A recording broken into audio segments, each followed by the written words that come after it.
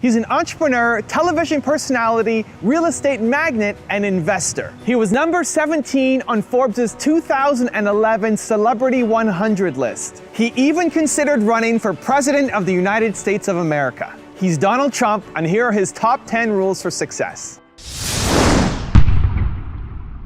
In your book, The Art of the Deal, you said that money really isn't that important. It's just a means of keeping score. It's playing the game that excites you.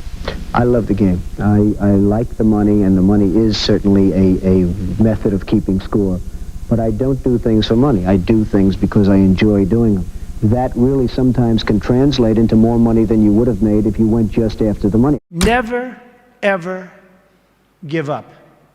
You can change and you can move around, but never, ever give up. I know people that are very smart. They went to the Wharton School of Finance with me. I know other people that aren't as smart, and those people are the top people in industry today, and they just were tougher. They didn't give up. And the smart ones had everything on their plate. They'd always come in with the A+ on the tests and the good boards and everything else. But when they ran into problems, they didn't know how to solve the problems like the guys that weren't as good. And it's very seldom that you see something other than this happen. So never, ever give up. A lot of that is all in the details. You've got to be into the details, because if you're not, they'll come back to haunt you. So oftentimes, life is in the details. Well, business also is in the details. You have to be very careful. You have to watch the dotted I's, because you can really lose tremendously if you don't watch those details. So we discussed that, and as Robert likes to say, probably more than I do, that's the little finger, but it's all about the details. It's very important. Right. You want to be totally focused. You can't take your eye off the ball. When I had troubles in the early 90s, a major article came out, and it said very strongly, everything he touches turns to gold. And I believed it. So I'd go out with models at night instead of working. But that wasn't good. And I remember I had a big lease coming up, and there was a big show, and I went to the show. I said, don't worry, fellas, you can handle the lease. You'll get it done. Well, I came back, they didn't get it done, and I would have had it done 100%. And then the market crashed in the 90s. So I had trouble, but it was sort of an amazing, I wouldn't want to do it again. It was an amazing test of yourself. Can you handle pressure? How are you under pressure? Are you smart? When everybody's coming at you. The worst employee is a good employee. A bad employee is fine because you fire that person right away. A great employee is phenomenal. You want to keep them and cherish them. They're fantastic. But a good employee, you never sort of fire them, but they never lead you to the next level. They just keep their job. They're sort of too good to be fired, but they're not good enough. You're never going to do great. So I always say, the worst employee isn't a bad employee, it's just a good or average employee. Gary Player, the great golfer, he was a little guy, very little, but he worked really hard. And he had a great statement, but he'd go, the harder I work, the luckier I get. And he wins the US Open. You have all these big, handsome guys, these big, giant guys, and they're hitting the ball a mile.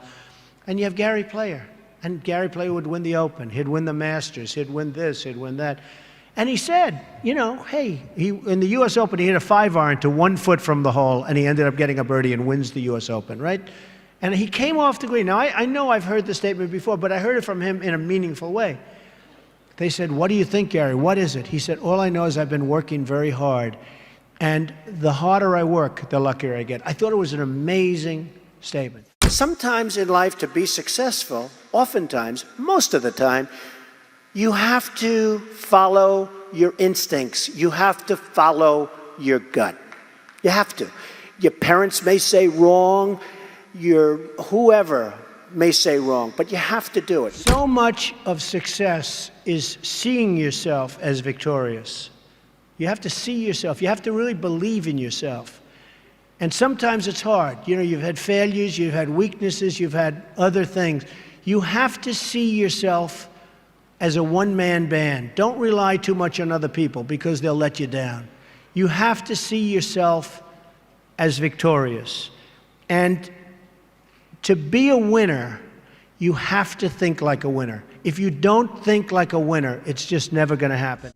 Many people have been asking about my desk and the fact that I have so many papers on my desk. It's actually very neat. I know where everything is, but if you look around, I mean, there's a lot of stuff. The fact is, I'm busy. I always notice that busy people, people that are very successful in many cases, have a lot going on their desk. I have papers from deals. I have papers from just about everything. I like to read up on things. I like to study what I'm doing. So therefore, you have a lot of action going on in your office. Now, some of the writers, some of the ones that aren't so smart, they talk about the desk negatively. They say, oh, isn't it terrible? Trump has so many papers on his desk. Let's analyze everything on the desk. And they do the best and they fail. But the fact is, I've noticed over the years, successful people have a lot going on their desk. My desk is in my office. My desk is a very important part of me. And frankly, it's a very important part of my success. Everything I do comes right through this desk. So if it's not perfectly neat, if there's a lot of action, I think that's okay. I actually think that's a good thing. You have to love what you do. And I'm not going to go over that long, but it solves a lot of problems. Because when you love what you do, when you really love what you do, you work harder. I mean, I have friends that don't love, and you know, I tell this story. A Wall Street titan, big guy, but I was richer than him, and I'm richer, according to Forbes, I'm much richer than him. So I like that, you know?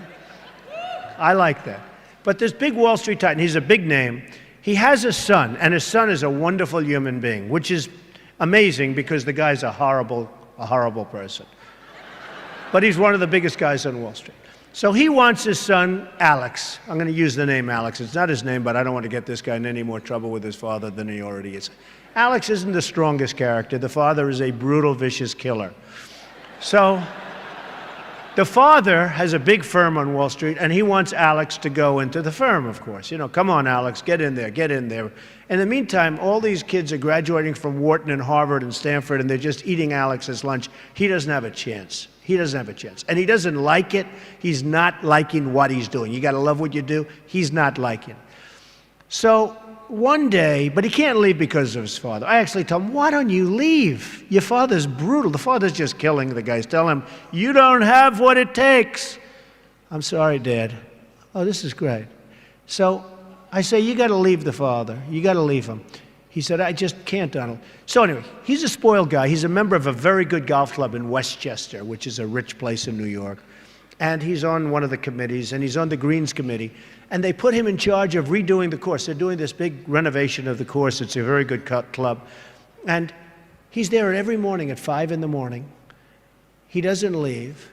He did such an unbelievable job. The contractors respected him. Everybody respected him. So the wife comes up. He's doing so great, Donald. He's so amazing. And they give him an honor. And this is a tough group of people that have this club. You know, they're club members and they're difficult. They gave him an honor. The club came in under budget, faster by 2 months. He did an unbelievable job, and the quality of the work was 10 times what they ever anticipated. So they gave him a medal. I said, you know, Alex, you ought to go and do this for a living. You ought to be a builder, whether it's houses or clubs or golf courses, renovation or this. Oh, my father would go crazy. He'd never let me. So Alex went back to Wall Street, where he was miserable, and a year later he quit. And he started doing renovations of houses and clubs and different things. And he's doing great. So you've got to love what you do. Thank you so much for watching. I made this video because Anuj Debanth asked me to. I hope I pronounced that properly. So if there's a video that you want me to make on a famous entrepreneur, leave it in the comments below and I'll see what I can do. I'd also love to know what you think of Donald Trump. Do you love him? Do you hate him? Leave it below. I'm going to join in the discussion. Look forward to hearing what you have to say.